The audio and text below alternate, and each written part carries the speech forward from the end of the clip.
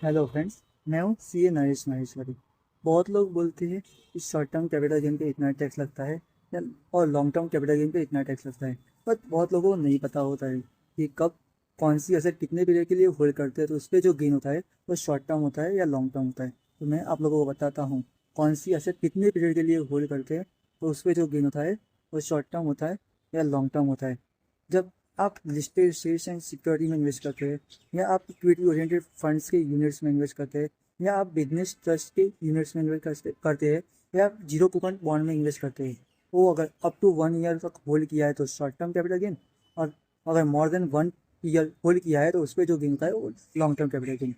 जब आप बिजनेस को स्लम में सम स्केल करते हैं, तो वो अगर आपने अप टू 3 ईयर्स तक होल्ड किया है तो उस पर जो गेन होता है वो शॉर्ट टर्म होता है, और मोर देन 3 ईयर्स होल्ड किया है तो उस पर जो गेन होता है वो लॉन्ग टर्म होता है। उसके अलावा की जो भी अदर असेट है, वो अगर आपने अप टू 2 ईयर्स तक होल्ड की है तो उस पर जो गेन होता है वो शॉर्ट टर्म होता है, और मोर देन 2 ईयर्स होल्ड किया है उस पर जो गेन होता है वो लॉन्ग टर्म होता है। तो बहुत लोगों को डाउट होगा कि मैंने जो बोला इक्विटी ओरिएंटेड फंड्स के यूनिट्स में इन्वेस्ट करने का, तो बहुत लोगों को डाउट होगा कि इक्विटी ओरिएंटेड फंड्स किसे कहते हैं। जब आप कोई म्यूचुअल फंड में इन्वेस्ट करते हैं जो अपनी 65% ऑफ द प्रॉफिट